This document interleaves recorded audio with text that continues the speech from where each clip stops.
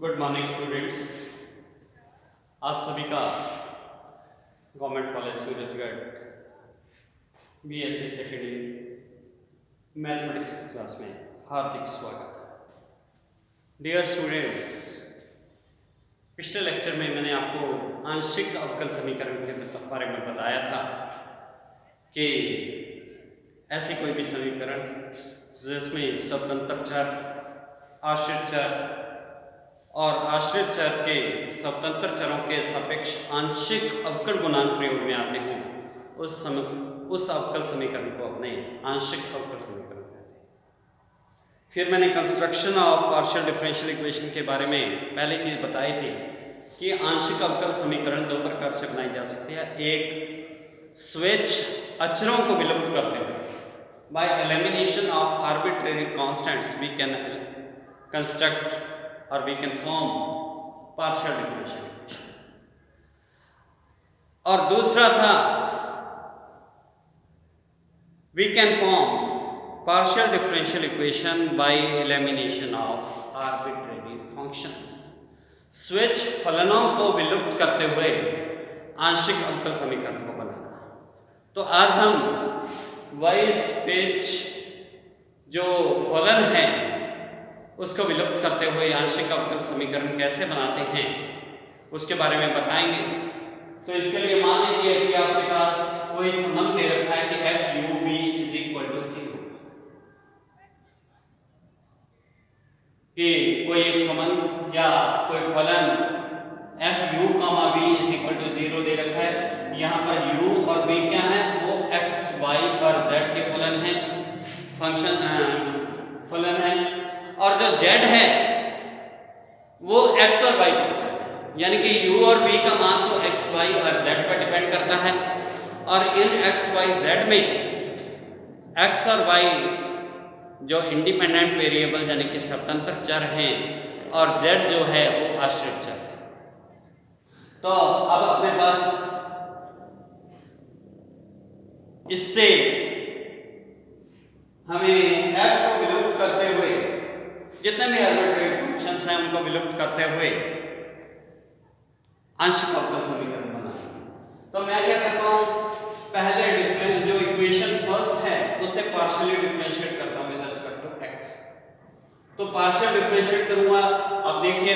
अपने first year में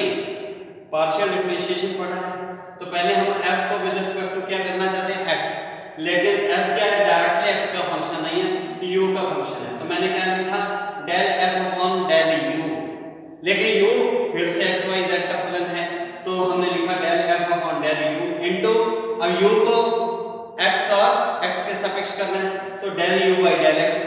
plus, लेकिन u z का भी फंक्शन है लेकिन z x का फंक्शन है, तो इसलिए अपने पास क्या बना, del f upon del u into del u by del x plus del u by del z into del z upon del x। Chain rule of partial differentiation plus f क्योंकि v का भी function है, v x y z का function है, तो हमने लिखा plus del f upon del v into del v by del x plus del v by del z into del z with respect to del x is equal to 0। लेकिन del z by del x का मान हमने symbolic value बताई थी कि partially differentiate with respect to x करें तो उसे p से रिप्रेजेंट करते हैं, partially differentiate with respect to y करें तो उसे q से रिप्रेजेंट करते हैं। तो del z by del x का मान मैंने p रख दिया, तो अपने पास बन गया del f upon del u is equal to del u by del x plus p del u by del z plus del f upon del v into del v by del x plus p del v upon del z is equal to 0। इसी प्रकार से हमने जो equation first है उसे with respect to y हम partially differentiate करते हैं, तो वो भी जैसे हमने विद रिस्पेक्ट टू x किया, तो similarly you will find del f upon del u into del u by del y plus q into del u by del z। यहां q क्यों आ जाएगा, p की जगह q और x की जगह y, क्योंकि जब आप partially differentiate with respect to y करेंगे तो del z upon del y आएगा, del z by del y का मान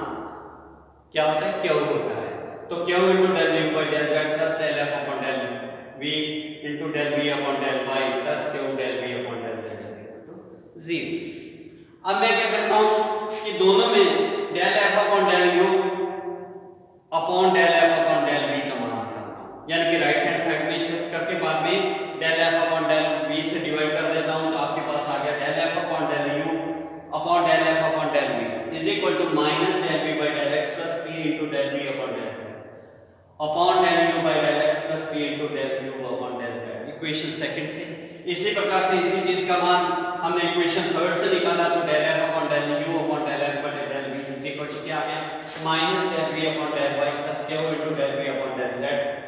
whole upon del U by del Y plus Q into del U upon del Z is equal to 0। अब left hand side fourth और fifth में same है, तो right hand side हमने same कर दिया, माइनस से माइनस कैंसिल हो जाएगा और क्रॉस मल्टीप्लाई किया। क्रॉस मल्टीप्लाई करने के बाद आपके पास बना del U by del X plus P into del U by del Z into del V by del Y plus Q into del V upon del Z is equal to del V by del X plus P into del V upon del Z into del U upon del Y plus Q into del U upon del Z. अब इनको आपस में multiply कर दीजिए, तो आपके पास क्या बनेगा del U by del X into del V by del Y plus Q into del U by del X plus del V by del plus P into del U by del Z into del V upon del Y plus P Q del U by del Z del V by del Z. इसी प्रकार से right hand side को multiply कर दिया। Multiply करने के बाद आप देखेंगे the whole equation will be of the form P P plus Q into small Q is equal to are.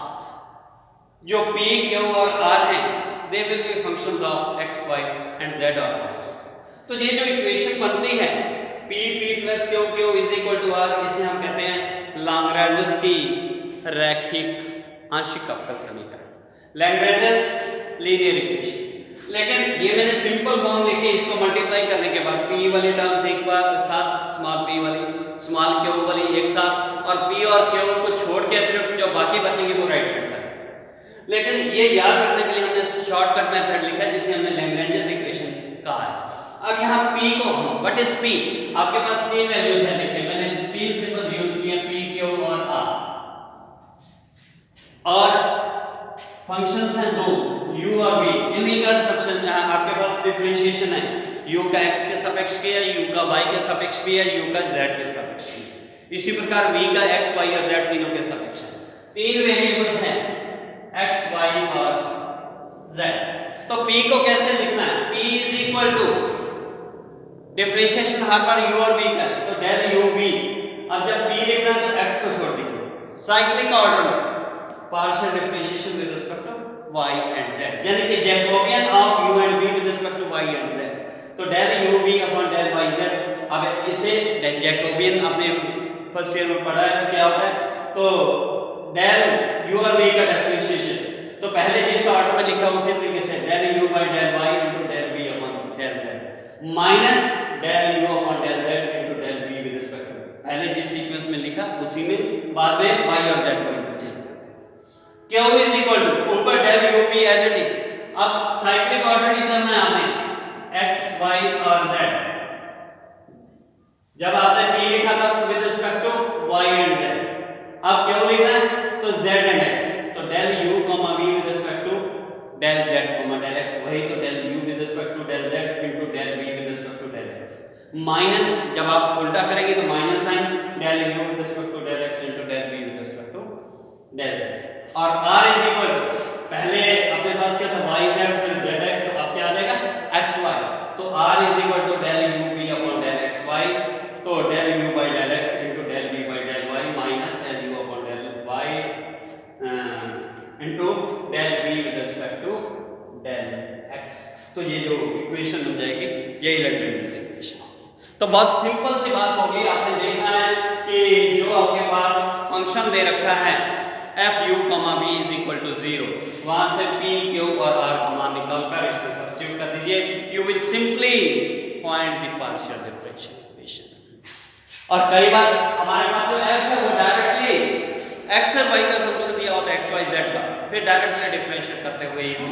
f को एलिमिनेट कर सकते हैं। तो देखिए न्यूमेरिकल्स देखते हैं हमने,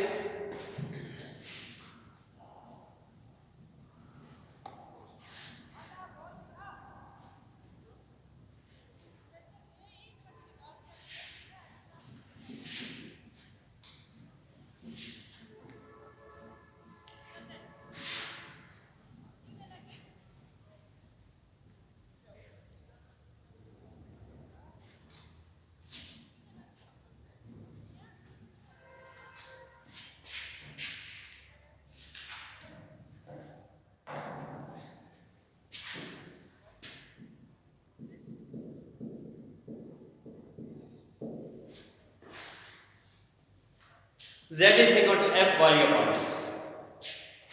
आपको क्वेश्चन में दे रखा है, कहता है कि इसकी आंशिक अवकल समीकरण। तो इस पर देखिए कोई आपके पास u और v नहीं है, सिंपली x और y independent variable, z dependent variable. तो हमें आर्बिट्रेरी फंक्शन f को विलुप्त करते हुए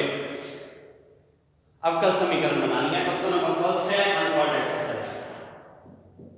तो आपने del z by del x partially differentiate कीजिए with respect to x। del z by del x means p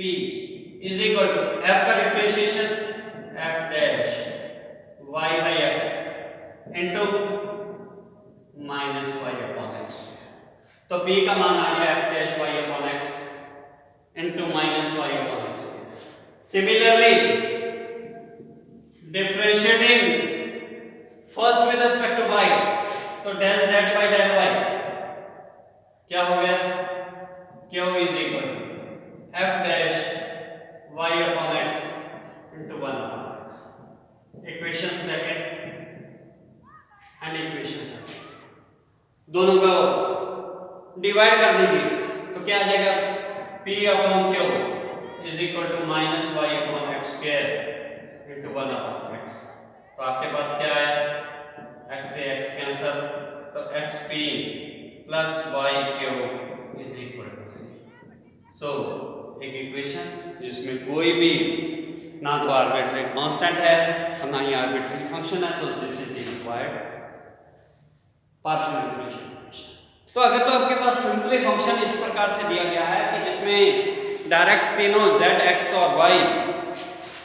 आश्रित और स्वतंत्र चर प्रयोग में दिए गए हैं, तो सीधा ही उन्हें पार्शियली डिफरेंशिएट करते हुए f और y के सापेक्ष डिफरेंशिएट कीजिए और उनको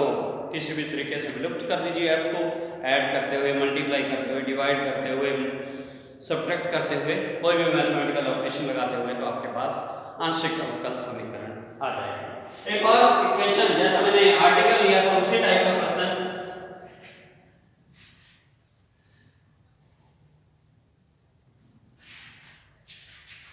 तो क्वेश्चन है मेरे पास कि f x plus y plus z x square plus y square minus z square is equal to c। आपके पास दो फंक्शन अंदर f u कॉमा v की फॉर्म में क्वेश्चन दे रखा है। f u कॉमा v की फॉर्म में क्वेश्चन दे रखा है, हमें f को विलुप्त करते हुए आंशिक अवकल समीकरण बनानी है। तो आर्टिकल के साथ कंपेयर करेंगे तो u इज इक्वल टू क्या है, x plus y plus z, और v इज इक्वल टू क्या है,